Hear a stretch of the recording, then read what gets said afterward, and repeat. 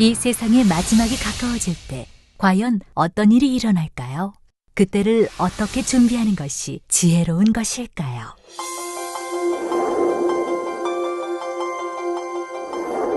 예수 그리스도의 계시라.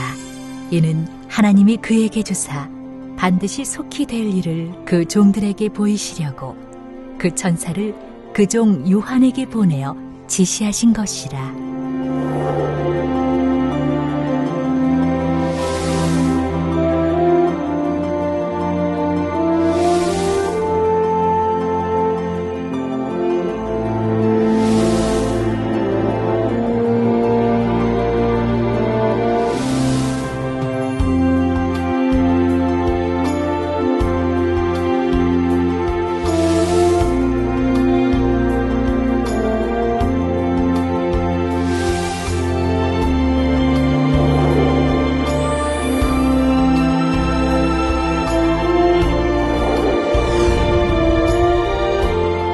사랑하는 시청자 여러분, 세계적인 부흥사 이재롱 목사의 설교를 통해 아버지 하나님의 마음과 뜻을 깨달아 소망과 기쁨 가운데 힘차게 달려가시길 바랍니다.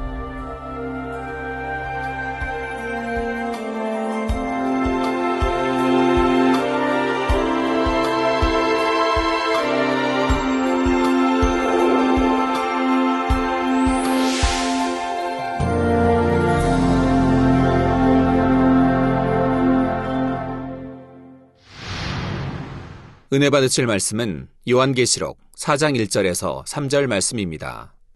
이 일 후에 내가 보니 하늘에 열린 문이 있는데 내가 들은 바 처음에 내게 말하던 나팔소리 같은 그 음성이 가로되 이리로 올라오라. 이후에 마땅히 될 일을 내가 내게 보이리라 하시더라. 내가 곧 성령에 감동하였더니 보라, 하늘의 보좌를 베풀었고 그 보좌 위에 앉으신 이가 있는데 앉으신 이의 모양이 벽옥과 홍보석 같고 또 무지개가 있어 보좌에 둘렸는데 그 모양이 녹보석 같더라. 사랑하는 성도 여러분, GCN 시청자 여러분, 요한계시록 4장부터는 앞으로 되어질 일들에 대한 예언의 내용입니다. 좀 더 정확히 말하자면 장차 주님께서 구원받은 하나님의 자녀들을 데리러 오시고, 그래서 구원받은 하나님의 자녀들이 주님과의 7년 혼인잔치를 위해 공중으로 들려 올라간 이후의 일들이지요. 따라서 사실 앞으로의 내용은 구원받아 천국에 들어가게 될 사람들에게는 직접적으로 필요하지 않은 내용일 수도 있습니다. 물론 계시록 뒷부분에 나오는 공중의 혼인잔치와 천년왕국, 그리고 천국 새 예루살렘에 대한 내용 등은 구원받은 하나님의 자녀들을 위한 것이지요. 하지만 계시록의 나머지 대부분의 내용은 장차 이 땅에서 일어나게 될 끔찍한 7년 환란에 대한 것입니다. 그렇다면 구원받은 하나님의 자녀들에게는 굳이 필요할 것 같지 않은 이러한 내용들까지도 하나님께서 성령의 감동함 가운데 기록해 하시고, 이처럼 성경 66권 말씀의 제일 마지막에 두도록 하신 이유는 무엇일까요? 그것은 비록 구원받은 하나님의 자녀들이라 할지라도 마지막 순간까지는 늘 깨어 신앙생활해야 할 것을 경계해 주시기 위함입니다. 또한 이 땅 후 7년 환란에 떨어질 사람들에게는 마지막 구원의 끈과도 같은 역할을 위한 것이지요. 그때라도 깨닫고 돌이켜 회개함으로 하나님께서 주신 마지막 구원의 기회인 이삭 줍기 구원이라도 이룰 수 있는 길을 제시해 주고 계신 것입니다. 그런데 요한계시록이 성경 66권의 마지막 책으로서 가지는 가장 중요한 의미는 바로 성경 전체의 결론이라는 사실입니다. 어떤 책을 읽을 때 결론까지 다 읽어야 그 책의 내용을 온전하게 알 수 있듯이 성경 역시 요한계시록까지 다 읽고 알아야 하나님의 인간 경작의 섭리를 온전히 깨달을 수가 있지요. 그런데 어떤 주의 종들은 말하기를 요한계시록의 내용을 잘못 풀면 오히려 해가 된다고 하면서 아예 요한계시록의 말씀은 몰라도 된다는 식으로 가르치는 경우도 있습니다. 그러나 이는 요한계시록에 담긴 영적인 의미를 정확히 풀지 못하기 때문이지요. 계시록 22장 18절에서 19절에 보면 내가 이 책의 예언의 말씀을 듣는 각인에게 증거하노니 만일 누구든지 이것들 외에 더하면 하나님이 이 책에 기록된 재앙들을 그에게 더하실 터이요 만일 누구든지 이 책의 예언의 말씀에서 제하여 버리면 하나님이 이 책에 기록된 생명나무와 및 거룩한 성에 참여함을 제하여 버리시리라 말씀하고 있습니다. 그래서 만일 누구든지 이 책의 예언의 말씀에서 제하여 버리면, 제하면 안 된다 이 말이에요. 제하여 버리면 하나님이 이 책에 기록된 생명나무와 및 거룩한 성에 참여함을 제하여 버리시리라 말씀을 하고 있습니다. 이 책에 기록된 예언의 말씀을 결코 제하여 버리면 안 된다 하신 것이죠. 하나님이 주신 말씀을 우리가 어찌 멀리해서 되겠습니까? 그러므로 요한계시록에 기록된 내용은 결코 필요 없는 내용이 아니라 우리가 생명나무에 나아가고 거룩한 성, 즉 새 예루살렘에 들어가기 위해 반드시 필요한 말씀이라는 사실입니다.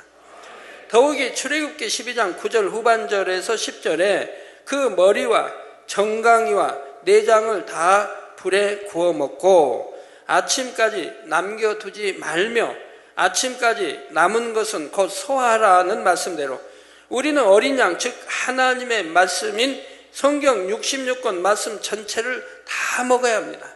다 먹으라고 가르치고 있다 이 말입니다. 이건 빼고 저건 빼고가 아니라 다 먹으라. 그러니까 아침이 전까지 되기 전에 다 먹으라는 거예요. 왜? 이제 우리가 하나님이 우리 영혼 불러가시기 전에 낮에 빛에 거할 때 부지런히 먹어서 빛에 거해야죠. 또 주님이 오시는데 마지막 때 사는 사람들이라면 주님이 우리 데리러 오시기 전에 부지런히 다 먹으라 이 말입니다. 그것도 아침이 되기 전에, 다시 말해 주님께서 우리를 데리러 다시 오시기 전에 다 먹어서 양식 삼아야 하지요. 앞서도 말씀드렸듯이 이 요한계시록의 말씀은 마지막 때 깨어있는 신앙생활을 하기 위해 반드시 알고 먹어서 양식 삼아야 하는 내용입니다. 그러므로 이제부터 증거되는 요한계시록 강의의 말씀을 잘 듣고 꼭 깨어있는 신앙생활을 하셔서 장차 주님께서 우리를 데리러 공중에 강림하실 때 모두가 함께 들림받아 주님 품에 안길 수 있기를 주님의 이름으로 축원합니다. 성도 여러분, 지금부터 살펴볼 계시록 4장에는 장차 하나님의 보좌 주변에서 펼쳐질 광경이 기록되어 있습니다. 사도 요한은 요한계시록을 기록할 당시에 이미 앞으로 오랜 세월 후에 있을 하늘나라에서의 일에 대해 이처럼 기록했다는 사실입니다. 또 앞으로 이제 3차 전쟁이라는 것들을 참 자세히도 기록이 났어요. 그러나 요한은 참 2000년 후에 있을 이 3차 대전에 만약에 헬리콥터가 어떻게 생긴 줄 아시겠습니까? 모르죠. 뭐 로켓포가 어떻게 생겼는지 뭐 그런 거 하나도 모르는 때죠. 그런데 하나님 보여주신 대로 보고 기록을 한 거예요. 그럼 앞으로 이제 설교를 통해서 낱낱이 풀어져 나가겠습니다. 그렇다면 사도 요한은 어떻게 이렇게 시공을 초월하여 앞으로 되어질 일에 대해서까지 자세히 보고 기록할 수가 있었을까요? 이는 사도 요한의 영이 본 것을 기록한 것으로서 영은 이처럼 시공을 초월하여 앞으로 되어질 일에 대해서도 알 수가 있고 반대로 과거의 일에 대해서도 알 수가 있습니다. 이에 대한 자세한 설명은 2절에서 하겠습니다. 먼저 1절에 이 일 후에 내가 보니 하늘에 열린 문이 있는데 내가 들은 바 처음에 내게 말하던 나팔소리 같은 그 음성이 가로되 이리로 올라오라 이후에 마땅히 될 일을 내가 내게 보이리라 하시더라 했습니다. 여기서 이 일 후에라 했는데 이 일이란 요한이 계시를 받기 시작한 때부터 7 교회에 대한 말씀을 주신 것까지를 의미합니다. 요한은 계시를 받을 때 단번에 받은 것이 아니라 많은 시간에 걸쳐서 기도하고 계시받고 또 기도하며 계시받는 것을 되풀이하였지요. 그러면서 지금까지는 7 교회에 대한 내용을 받았고 이제 이후로는 앞으로 되어질 일들에 대한 예언의 내용을 받아가게 됩니다. 성도 여러분, 계시를 받기 위해서는 성령의 감동함 가운데 완전히 사로잡혀야 합니다. 그러기 위해서는 무수한 기도를 쌓으며 깊은 기도에 들어가야 하고 또 마음은 어떤 흠도 티도 점도 없이 깨끗해야죠. 여러분 참 방언하실 때 성령의 충만함, 성령의 감동감과 충만을 입고 여러분 방언하시면 방언 찬송이 나오지 않습니까? 자기도 모르는 방언 찬송이 나와요. 거기에 또 깊이 더하면 이제 춤도 나오고 일동 이런 춤인데 이 세상 춤이 아닌 여러분도 참 내가 어떻게 이렇게 춤 배우지도 않았는데 잘 추지 할 정도로 멋있는 춤이 나오게 됩니다.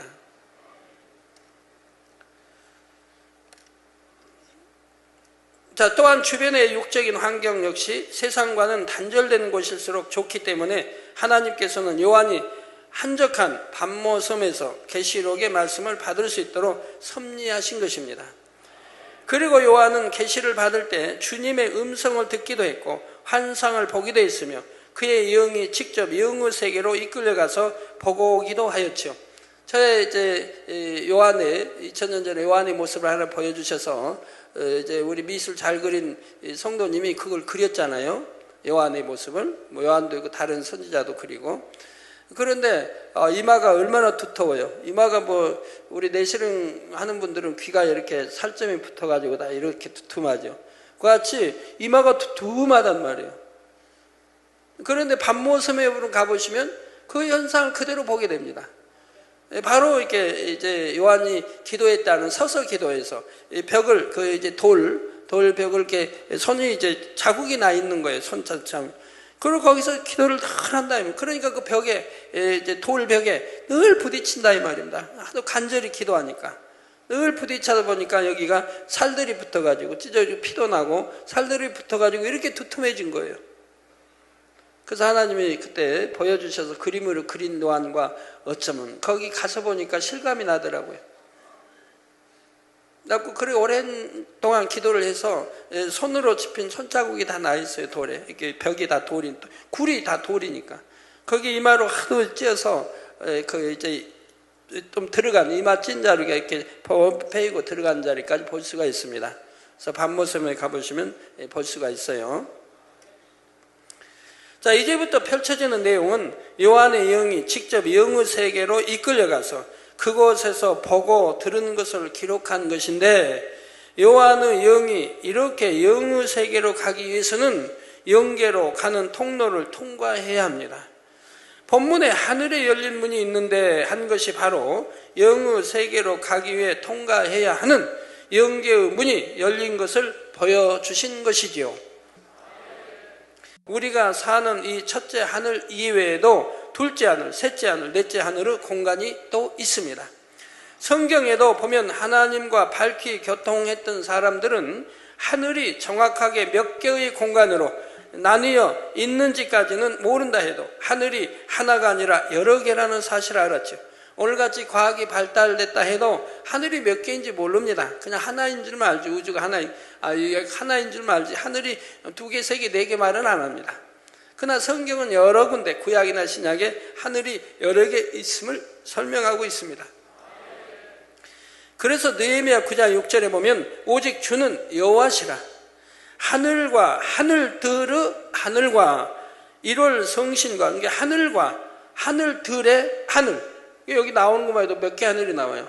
4개는 나오잖아요. 하늘과 하늘들의 하늘 세계에서 4개는 나오지 않습니까? 1월 성신과 땅과 땅 위의 만물과 바다와 그 가운데 모든 것을 지으시고 다 보존하시오니 모든 천군이 주께 경배하나이다 하여 하늘이 여러 개일 뿐만 아니라 더 높은 차원의 하늘도 있음을 말씀하고 있습니다. 또한 시편 68편 33절에도 옛적 하늘들의 하늘을 타신 자에게 찬송하라 옛적에 하늘들의 하늘, 여기도 하늘들 복수에 또 하늘.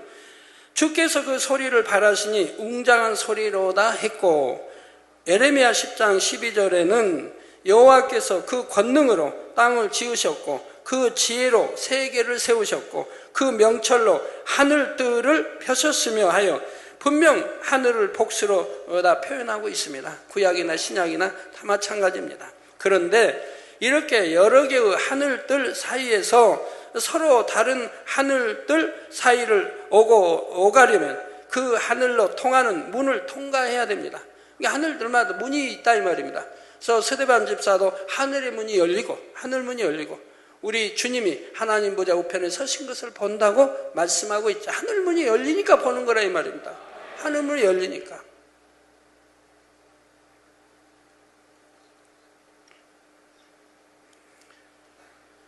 특히 육의 세계에서 영의 세계로 갈 때는 이 육의 몸까지 영의 세계로 갈 수는 없기 때문에 이때는 몸에서 분리된 영만이 갈 수가 있지요. 이렇게 육의 세계에 있는 몸과 분리된 영이 영의 세계로 들어가서 그곳을 돌아볼 수가 있는 것입니다. 물론 굳이 영이 분리되어 가지 않더라도 영의 세계를 볼 수 있는 방법이 있는데 그것이 바로 환상을 통한 방법이지요. 환상이란 하나님께서 주신 은사로서 성령의 감동함 가운데 영안이 열려서 영의 세계를 보는 경우입니다.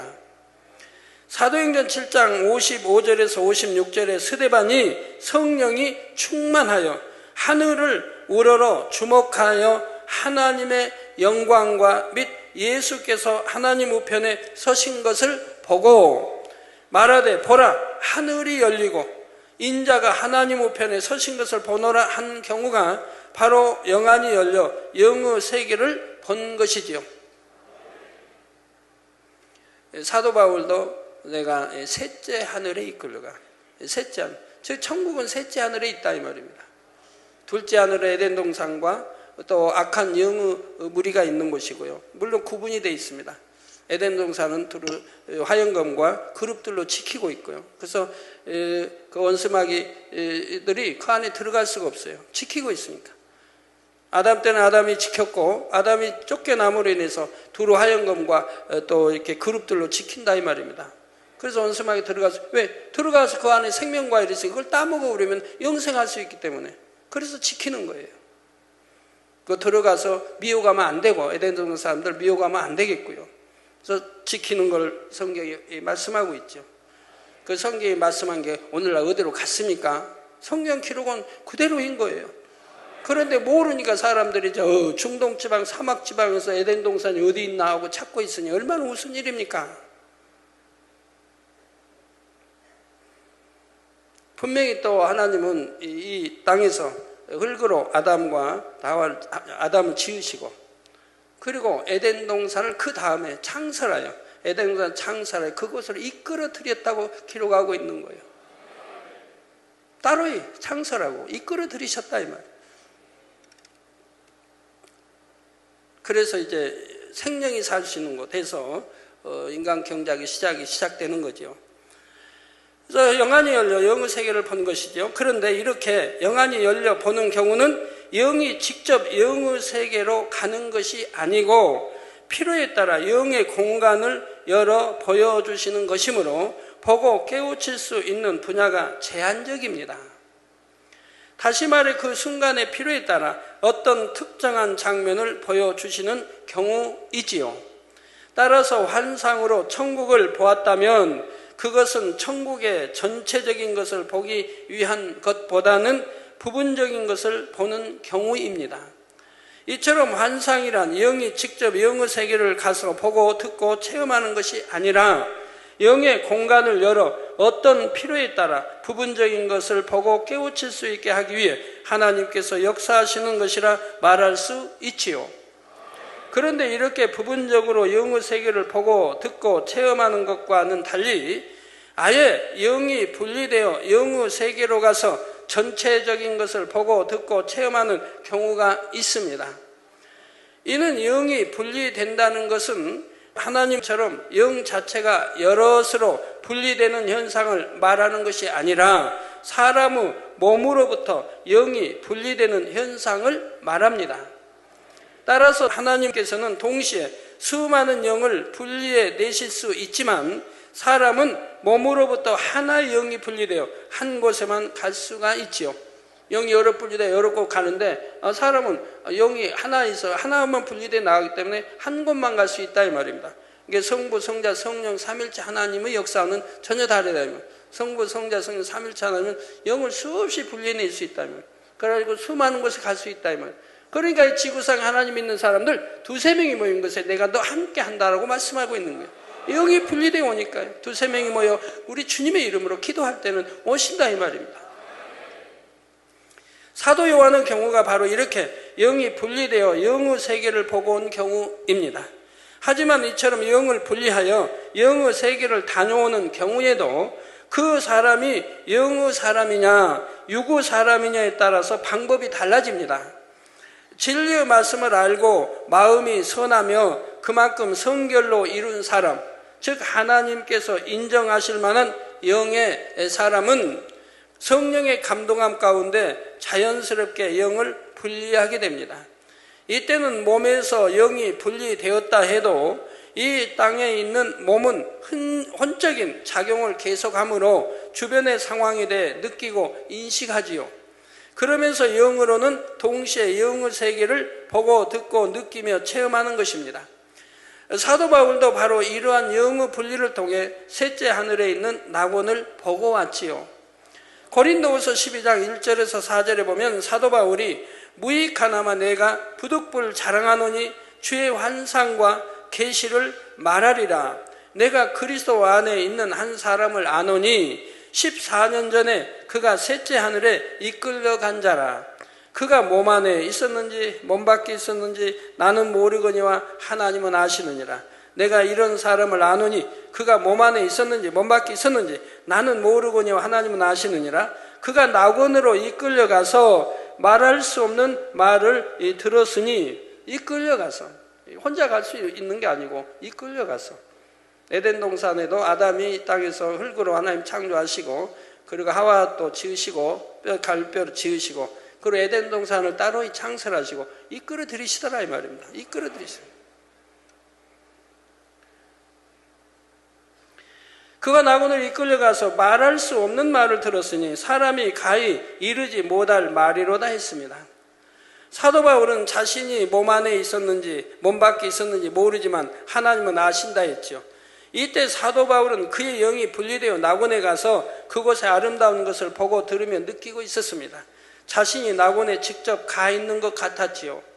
그런데 동시에 이 땅에 있는 자신의 몸도 여전히 호흡하며 주변의 상황을 느끼고 있었습니다. 그러니 자신이 낙원에 가 있는 것 같기도 하고 한편으로는 이 땅에 있는 것 같기도 했던 것이지요. 그런데 사도 바울이 여기서 자기가 몸 안에 있었는지 몸 밖에 있었는지 자기는 모르지만 하나님은 아신다고 한 데에는 그만한 이유가 있었습니다. 영의 세계에 대해 전혀 모르고 오해하며 핍박하는 사람들에게 굳이 해방거리를 주지 않기 위해 일부러 이런 식으로 가려서 표현한 것이죠. 하지만 영적인 체험이 없는 사람이 사전에 아무런 지식도 없는 상태에서 갑자기 이러한 상황을 겪게 되면 당연히 혼란스러울 수밖에 없는 것입니다. 하지만 몇 차례 이런 경험을 하고 나면 그때부터는 지금이 어떤 상태인지를 파악함으로 혼란스럽거나 당황하지 않고 영이 더 자유롭게 영의 세계를 돌아볼 수가 있게 되죠. 또 하나님 편에서 어떤 사람에게 영의 세계를 보여주시기 위해 그의 영을 분리하게 하실 때는 바로 이러한 방법이 가장 바람직하며 올바른 것입니다.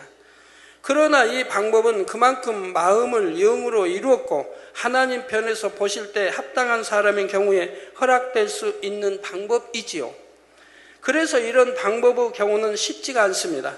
환상을 통해 부분적인 것을 보여주시는 경우는 은사를 통해 가능하지만 이처럼 성령의 감동함 가운데 영을 분리하게 하는 것은 은사 차원을 넘어 성결과도 직접 관련이 있기 때문이지요. 하지만 앞서도 말씀드렸듯이 환상을 통해서는 부분적인 것만을 볼 수가 있기 때문에 하나님 편에서 전체적인 것을 보여주시고자 할 때는 영의 분리를 통해 역사하시게 됩니다. 그런데 이렇게 영의 분리를 이룰 때 그 사람이 아직 하나님 앞에 인정받을 만큼 합당하지 않은 사람일 경우에는 성령의 감동함 가운데 영을 분리를 하는 방법이 아니라 흔히 입신이라 말하는 방법을 사용합니다. 천국을 보고 왔다고 하며 간증하는 사람들 중에도 이처럼 입신하여 천국에 다녀왔다고 간증하는 경우가 있는데, 이 입신은 사실 하나님께서 강권적으로 역사하시는 경우이지요. 입신을 할 때는 몸이 호흡만 하고 있을 뿐 전혀 의식이 없는 상태가 됩니다.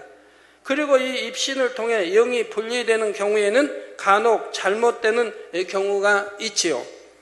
물론 하나님께서는 어떤 특별한 섭리 가운데 강권하여 역사하심으로 입신하게 되는 경우에는 하나님께서 당연히 지켜주시지만, 그렇다 해도 이 입신의 경우에는 위험한 요소들이 있습니다.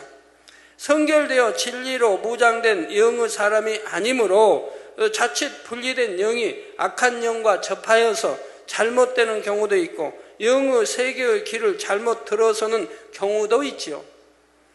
또는 스스로는 입신하였다 하지만 실제로는 입신이 된 것이 아니라 사람이 자기 생각 가운데 보고 말하는 경우도 있고요. 그러므로 하나님께서 이 입신의 방법을 통해 하나님의 일을 이루시는 경우는 극히 드뭅니다. 꼭 그렇게 하셔야 할 이유가 없다 이 말입니다. 하나님께서 어떤 사람을 통해 꼭 역사하시고자 할 때 그 대상이 되는 사람이 아직 진리를 잘 알지 못하고 선과도 거리가 먼 경우에 하나님께서는 하나님의 섭리를 이루시고자 강권하여 이 입신이라는 방법을 통해 역사하시는 경우가 혹 드물게는 있지요. 하지만 하나님께서 원하시는 것은 이러한 입신의 방법을 통한 것이 아닙니다. 공의에 합당한 사람만 있다고 하면 당연히 성령의 감동함 가운데 영을 분리하는 정상적이고 합당한 방법을 통해 얼마든지 역사하실 수가 있다는 사실입니다. 그리고 이렇게 합당한 자격을 갖춘 사람이 영의 분리를 통해 영의 세계를 보는 경우라야 하나님의 섭리 가운데 새 예루살렘과 같은 깊은 영의 차원까지라도 볼 수가 있지요.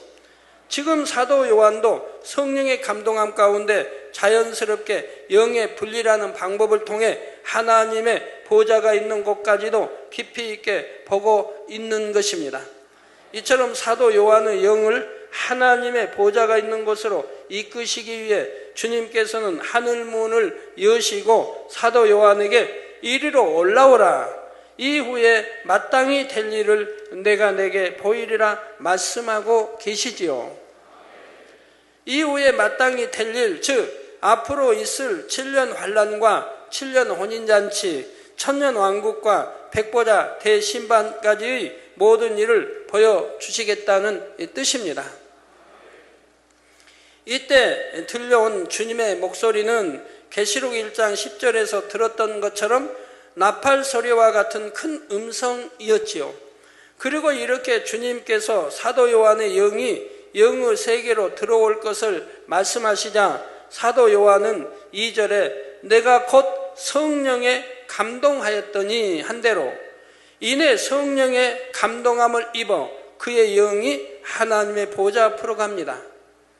그런데 사도 요한이 이때 보는 장면은 그 당시 하늘나라에서 일어나고 있는 현재의 상황이 아니라 앞으로 일어날 미래의 상황이었지요. 사도 요한은 많은 시간을 뛰어넘어 이렇게 미래의 하늘나라에서 일어날 일까지도 보고 있다는 사실입니다. 그렇다면 이것이 어떻게 가능한 것일까요? 그것은 영은 시공간을 초월하기 때문입니다. 물론 시공간을 초월할 수 있는 것은 하나님의 영뿐이지요. 하지만 하나님께서 허락하시면 사람의 영 또한 시간과 공간을 초월하여 과거와 미래의 어느 곳이든지 갈 수가 있습니다. 악한 영들도 영으로 된 영적인 존재이기 때문에 시간과 공간을 초월하는 일까지도 알 수 있는데 대신 그들은 과거와 현재의 일까지만 알 수가 있습니다. 과거 지난 일과 현재 일은 보기 때문에 알 수 있다 이 말입니다. 미래에 속한 일들은 어디까지나 만물의 주관자이신 하나님께서 예정하심 가운데 섭리해 놓으신 것이므로 오직 하나님만이 아실 수가 있지요. 그래서 오늘날 구약을 또 잘못 풀면 사울 임금과 또 사무엘에 대한 대답과 보는 게 나옵니다. 대부분 잘못 풀어요 그거를. 사무엘 옷 입고 사울은 사무엘에 대해 잘 알지 않습니까? 그 형상으로 그대로 나타나는데 왜 나를 분욕해 하냐? 바쁘다 이면 그도 음부에 일하는데 바쁘다 이면 영혼 구원해야 되고 열심히 전도해야 되고 선한 영혼이 온 거기.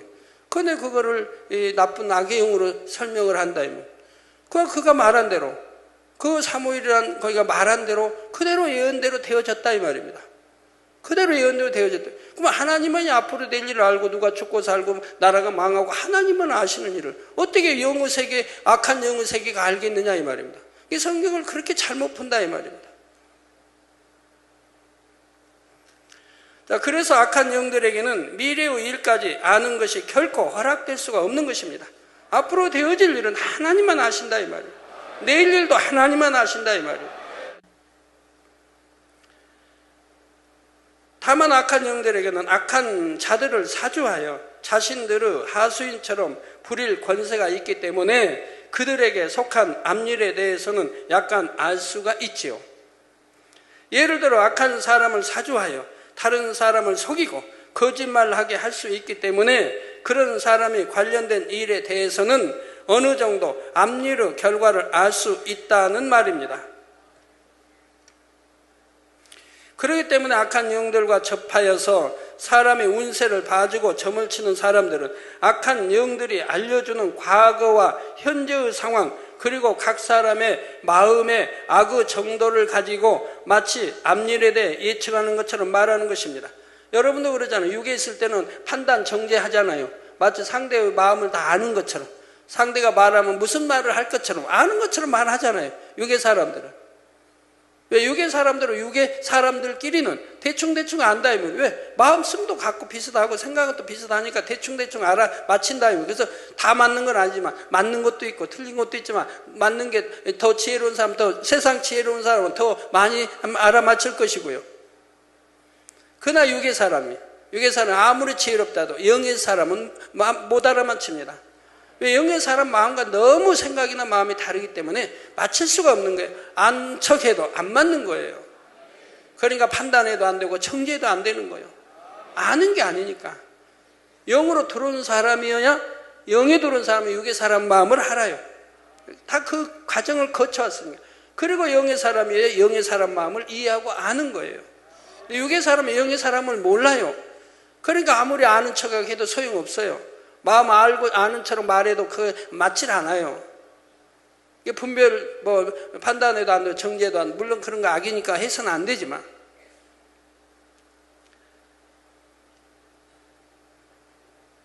그러나 시공간을 초월하여 과거도 현재도 미래도 모든 것을 다 아시는 분은 오직 하나님뿐이시며 이러한 하나님께서 역사해 주실 때 합당한 사람을 통해 앞일에 대해서도 밝히 풀어질 수가 있다는 사실을 아시기 바랍니다. 여하튼 점잖친 사람 뭐라고 그러죠? 하도 오래돼서 다 기억 못 하겠네. 그냥 여하튼 쳐도 안 맞는 자기 생각 속에 없는 그런 점장이도 있고 또 대충 맞히는 점장이도 있고요. 대충 맞추는 점장에는 이제 뭐가 들어와서 귀신이 이게 들어와서 한단 말이에요. 그러니까 대충 맞춘다. 왜 맞추냐? 육의 사람 마음을 아니까요. 마음을 대충 지금 저 사람이 지금 집을 사려고 한다. 그럼 그걸 알아요. 마음을 집 사려고 하는지. 그럼 오면 그대로 말은 아니 집 사려고 하죠. 안다. 그러면 깜짝 놀라죠. 어떻게 아나? 마음을 읽으니까 육의 사람 마음을 읽으니까 안다 이 말이에요. 그러면 그게 다 맞냐? 안 맞아요. 맞을 수도 있고 안 맞을 수도 있어요. 왜 집을 살려고 마음 먹었으니까 집 살려고 하죠. 하면 그때는 맞는데 이 사람 마음이 변개돼가지고 안 사버릴 수 있다 이 말입니다. 그러면 또 안 맞는 거죠. 근데 하나님은 변개할 것도 아시고 뭐 다 아시니까 정확하게 하나님 아시지만 이렇게 알아맞힌다 하는 사람들이 그 사람 마음을 지금 읽어서 말하지만 그 사람이 나중에 변개해버리면 안 맞는 거죠. 그러나 마음을 잊기 때문에 말을 하는 거예요. 그 지난 일, 과거 일, 현재 일은 아는 거고, 또 현재 마음 먹고 있는 것도 알기 때문에 말을 해주는 거예요. 그러면 사람들이 놀라죠. 그러니까 이제 정말 뭐가 들어서 이렇게 하는 사람들은 지금 마음을 알기 때문에 하는 거예요. 다 이제 결혼하려고 하지, 뭐 다 그죠. 그 정도는 안다 이 말이에요. 예, 그런 사람 좀 알아맞힌 게 그겁니다. 여기 사람들 마음을 아니까 현재 마음 먹고 있는 걸 알기 때문에 그걸 말하는 거예요. 하지만 그게 다 맞는 건 아니에요. 왜? 그 사람 마음이 나중에 변개돼 버리면 안 되는. 집을 살려고 이렇게 다 준비하고 했는데 나중에 그 도둑 맞아서 돈을 다 잃어버렸다. 그건 못 사는 거 아니에요. 그것까지는 모른다 이 말이에요.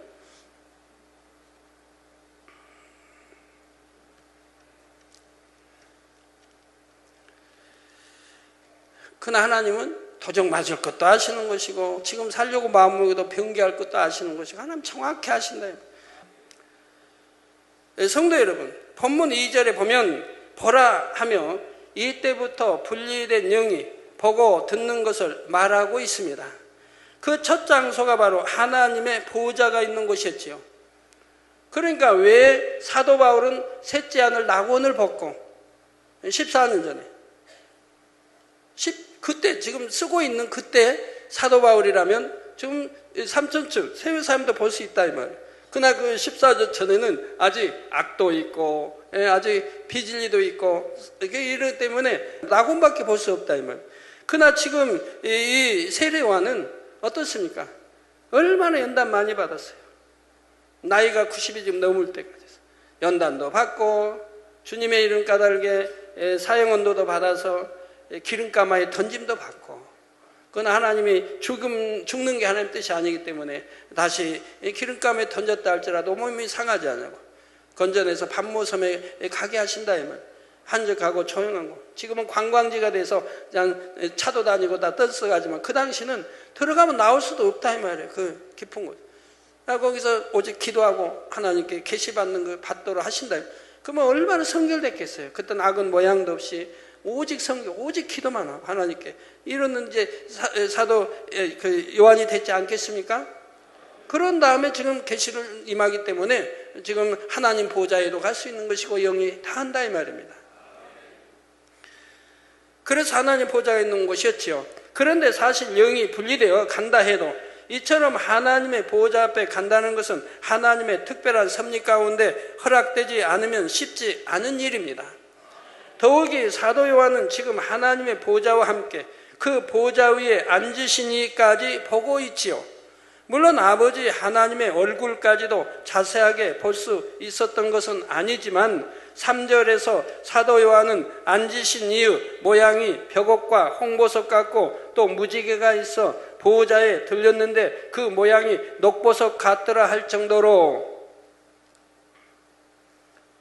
그래서 보호자에 무지개가 있다 이 말입니다. 하나님 보호자에 무지개가 있다, 무지개를 둘렀다 이 말입니다. 그 무지개를 여러분들은 늘 보고 계신다 이 말입니다. 하나님이 함께 하신다는 증거로 세상 사람들은 보지 못해도 여러분들은 늘 보고 행사 때마다 나타나고 늘 여러분을 보시는 이유가 그거라 이 말입니다. 약속이 하나님의 약속이 축복이니까요. 우리 큰 연단도 시험도 올 걸 늘 아시고 하나님이 함께 하셔서 내가 너와 함께 한다는 그런 보장이 없다면 우리가 그 많은 시험을 이겨나갈 수가 없다 이 말입니다. 그래서 이길 수 있도록 하나님이 이렇게 역사하시지 않습니까? 그래서 앉으신 이 모양이 벽옥과 홍보석 같고 또 무지개가 있어 보좌에 둘렀는데 즉 보좌를 둘렀다 이 말은 무지개가 보좌에 둘렀는데 그 모양이 녹보석 같더라 할 정도로 하나님의 보좌와 그 위에 앉으시니 그리고 그 주변까지도 정확하게 보고 있습니다. 하나님께서는 당대 가장 합당한 사람인 사도 요한을 통해 마지막 때에 대해 밝히 알리시고자 이처럼 특별한 섭리 가운데 영후 깊은 것까지도 보여주고 계시다는 사실입니다. 우리 성도님 가운데 제게 회개 편지 보내온 분 중에 보면 그런 내용이 있더라고요.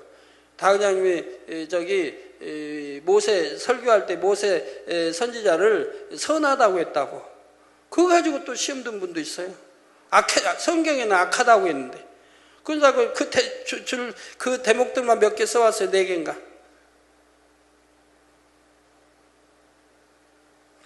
시험 될 것도 따로 있지. 그런 것까지도 판단하고.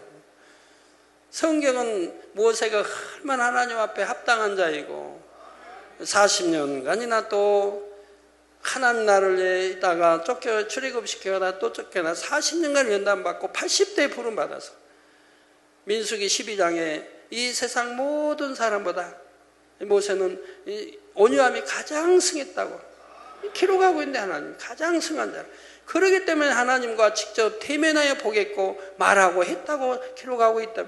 그러니까 시내산까지 불러올려서 이제 계명을 10계명과 계명 받아내리는 거 아닙니까? 그런 모세를 악하다고 어디가 성경에 돼 있냐 이 말이에요. 잘못 오해하니까 그래 성경은. 그래서 모세가 분명히 말씀하죠. 저기 요단강 건널 수 없는 요단 땅에 내가 갈 수 없는 것은 너희들 때문이라고 분명히 모세가 말해요. 백성들 너희들이 잘못한 거. 그 책임을 모세가 지고 있다 이 말이에요. 그래서 모세는 그런 합당한 자이기 때문에 합당한 자이기 때문에 그 많은 율법 계시를 받아내렸던 것이고 출애굽시켜서 그렇게 가나안까지 인도하려고 했던 것이고 후계자가 결국은 가나안의 여호수아가 들어간 것이고 또 신약에 와서 변화산에 우리 주님이 십자가 치시기 전에 변화산에 올라서 바로 모세 선지자와 엘리 선지자 같이 와서 대면하지 않습니까? 하늘로부터 모세 선지자가 내려온다 이 말입니다. 그래가지고 그 귀한 사명을 바로 하나님의 그 귀한 뜻을 전달하지 않습니까? 쉽게 바로 십자가 치시기 전에 이렇게 중책을 맡고 그래서 신약에도 보면 유다서에도 나온다 이 말이에요. 유다서에도 모세의 시체를 놓고 미가엘 천사장과 바로 그 루시퍼 마귀하고 다투는 장면이 나오잖아요. 이런 모세를 악하다고 하면 말이 됩니까? 성경에 어디 모세가 악한 행동을 한 적이 있습니까? 모세의 우선으로 이스라엘 민족을 삼겠다고 하나님 말씀해도 모세는 거절하지 않습니까? 이들 백성을 죽이지 말아달라고. 차라리 생명책에서 내 이름을 기록할지라도 저들을 살려달라고. 이런 모세 아닙니까? 이런 모세를 악하다고 하면 어떻게 돼요?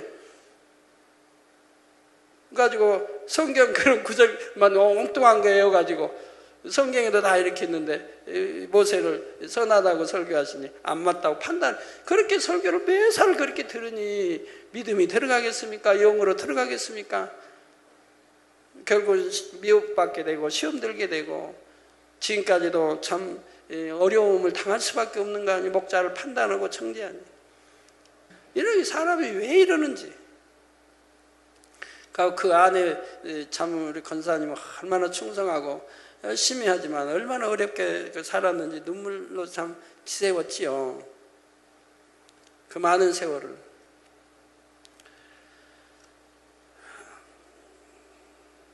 그래서 우리가 절대 오직 아멘이 돼야지 판단하고 정죄하면 안 됩니다. 하나님이 하나하나 주셔서 하신 말씀을 판단하고 정죄하면 안 돼요. 본인 생각으로 잘못 알고 잘못 풀고 있는 거지. 자, 아버지 하나님께서는 합당한 사람만 있다면 어찌하든 그를 통해서 앞으로의 되어질 일들에 대해 알리심으로 더 많은 사람들이 깨어 신부단장하며 주님의 재림을 기다릴 수 있기를 바라십니다. 하지만 이처럼 앞일에 대해서까지 알려주실 만큼 아버지 하나님 앞에 합당한 사람이 드물지요. 그렇다고 아무에게나 알려주실 수도 없습니다. 앞일에 대해 알려주시는 것은 하나님께서도 임의대로 하시는 것이 아니지요. 철저한 공의 가운데 이루어지는 것이므로 합당한 자격을 갖춘 사람이 나와야만 그를 통해 알려주실 수가 있습니다. 그렇지 않고 아무에게나 알려주신다면 그것이 공의에 맞지도 않는 것이지요. 만약 앞일에 대해 알게 된 사람이 아직 악이 있어서 그것을 사사로이 이용할 때는 오히려 공의 가운데 원수마귀 사단에게 해방거리를 내어줄 수가 있기 때문이지요. 그러므로 제가 여러분에게 알려드리고 있는 앞으로의 세계사의 흐름이나 예언들도 공의 가운데 그만한 값을 치렀기에 하나님께서 알려주실 수가 있었다는 사실입니다.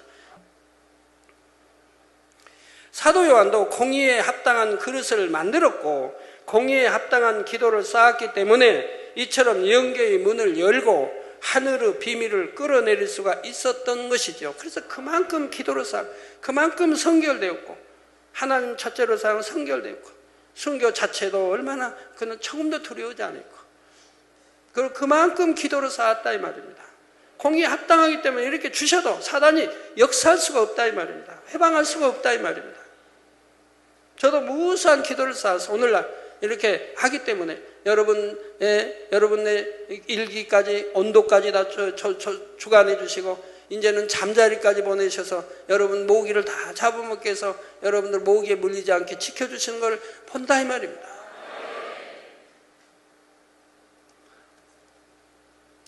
이제 다음 시간에는 사도 요한이 보았던 하나님의 보좌와 그 위에 앉으시니 즉 하나님의 형상과 주변 상황에 대해 살펴보도록 하겠습니다. 사랑하는 성도 여러분, 우리가 앞일에 대해 안다는 것은 여러 가지 면에서 유익이 있습니다.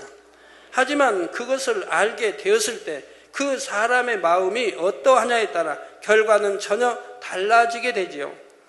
언제 시험이 있는 것을 알아도 그것을 전혀 준비하지 않으면 미리 알았던 것이 아무 소용이 없는 것처럼 아무리 앞일에 대해 알려주고 그것을 대비하는 방법까지도 알려주어도 정작 스스로가 그것을 마음에서 깨닫고 준비해 나가지 않으면 아무 소용이 없습니다. 요한계시록의 말씀도 마찬가지이지요.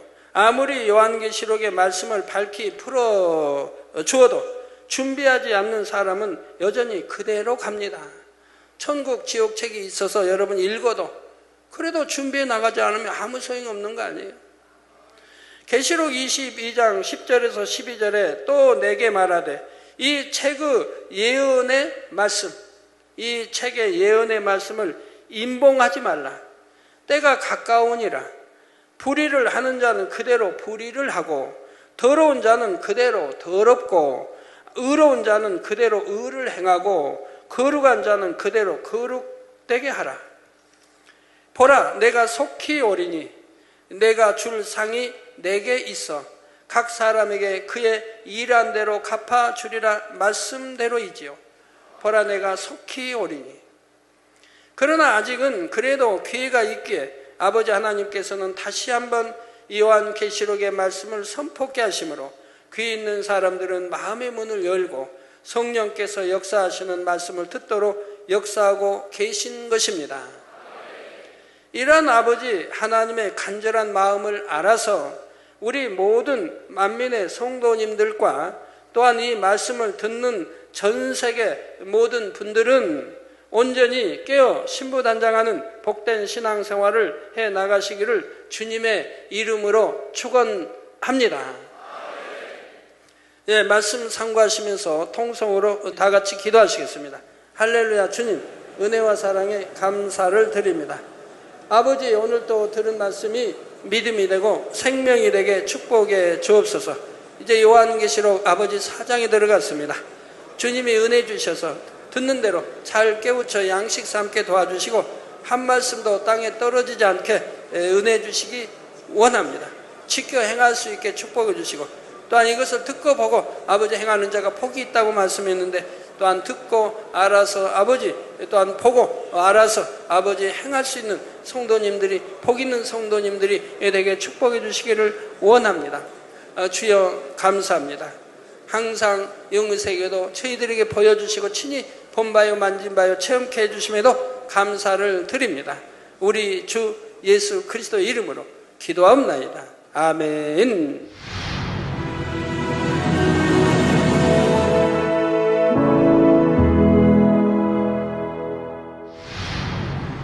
할렐루야. 전능하신 사랑의 아버지 하나님, 이 시간 기도받는 모든 성도님들 위해 안수하여 주옵소서. GCN 방송 시청자들이 인터넷과 화상을 통해 기도받는 지교회와 지성전 그리고 전세계 하나님의 자녀들 위에도 시공간을 초월하여 역사하여 주시기를 원합니다. 믿어지는 믿음을 주시고 부정적인 생각과 의심의 세력을 물리쳐 주옵시며 모든 시험 환난도 물리쳐 주옵소서.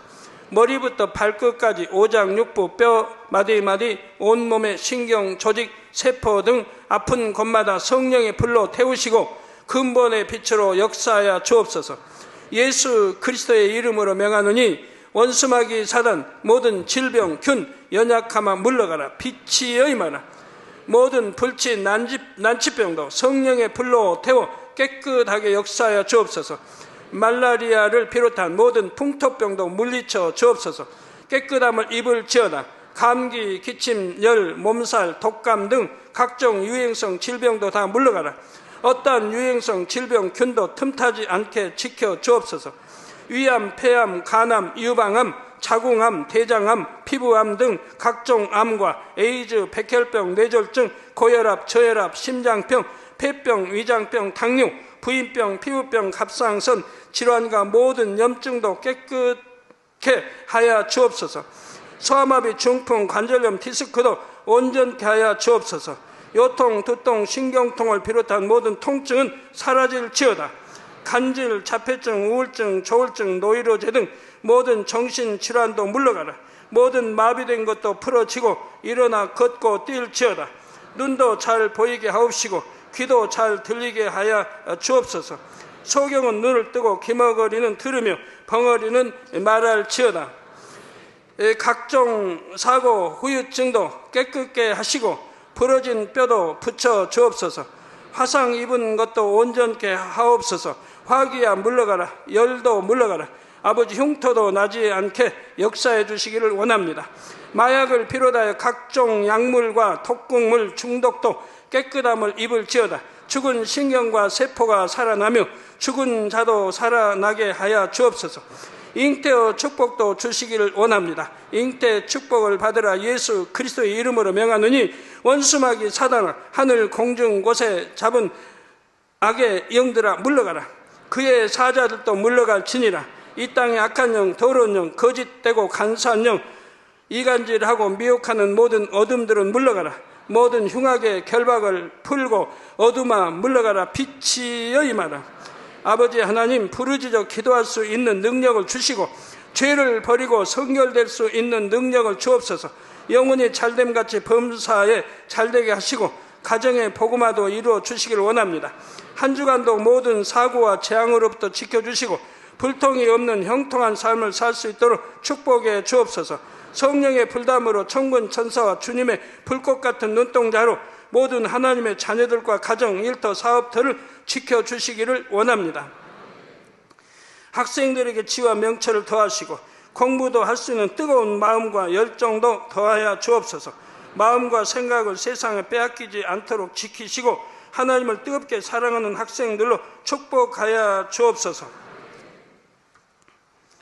하나님의 자녀들이 먹으나 마시나 입으나 무엇을 하든지 하나님 앞에 영광 돌리는 삶이 되게 축복하여 주시기를 원합니다.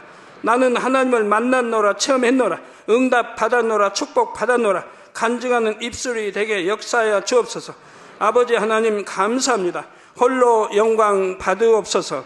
우리 주 예수 그리스도의 이름으로 기도하옵나이다. 아멘.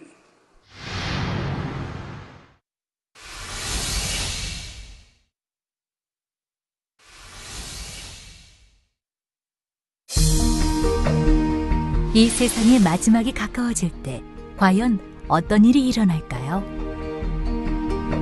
그때를 어떻게 준비하는 것이 지혜로운 것일까요? 요한계시록에 그 해답이 담겨 있습니다. 마지막 때를 깨어 준비하며 신부단장할 수 있도록 마지막 때에 속히 되어질 일에 대해 세세히 기록한 요한계시록. 사랑하는 시청자 여러분, 세계적인 부흥사 이재롱 목사의 설교를 통해 들은 말씀을 지켜 행함으로 진정 복 있는 사람들이 되시길 바랍니다. 오늘 말씀 본문을 통해 여러분을 향한 하나님의 뜻을 묵상해 보시겠습니다.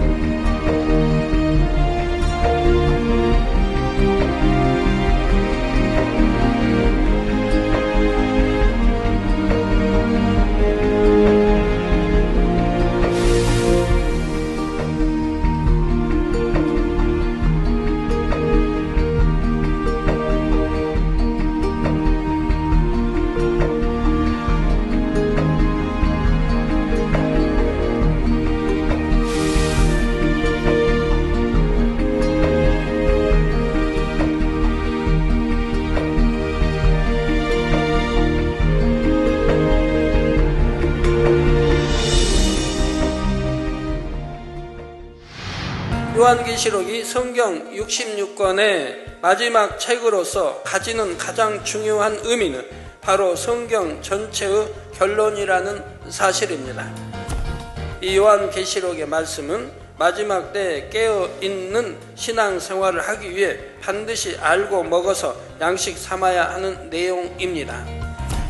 육의 세계에서 영의 세계로 갈 때는 이 육의 몸까지 영의 세계로 갈 수는 없기 때문에 이때는 몸에서 분리된 영만이 갈 수가 있지요.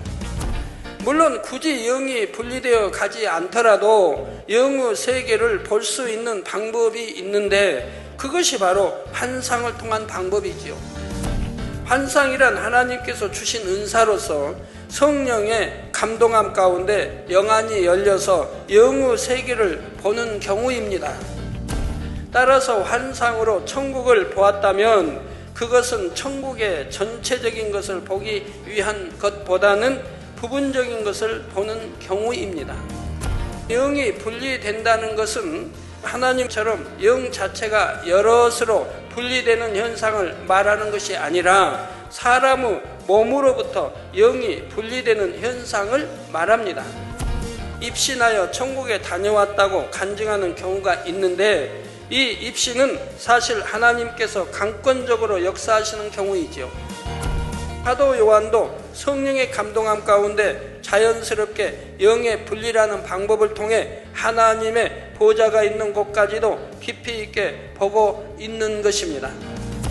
미래에 속한 일들은 어디까지나 만물의 주관자이신 하나님께서 예정하심 가운데 섭리해 놓으신 것이므로 오직 하나님만이 아실 수가 있지요.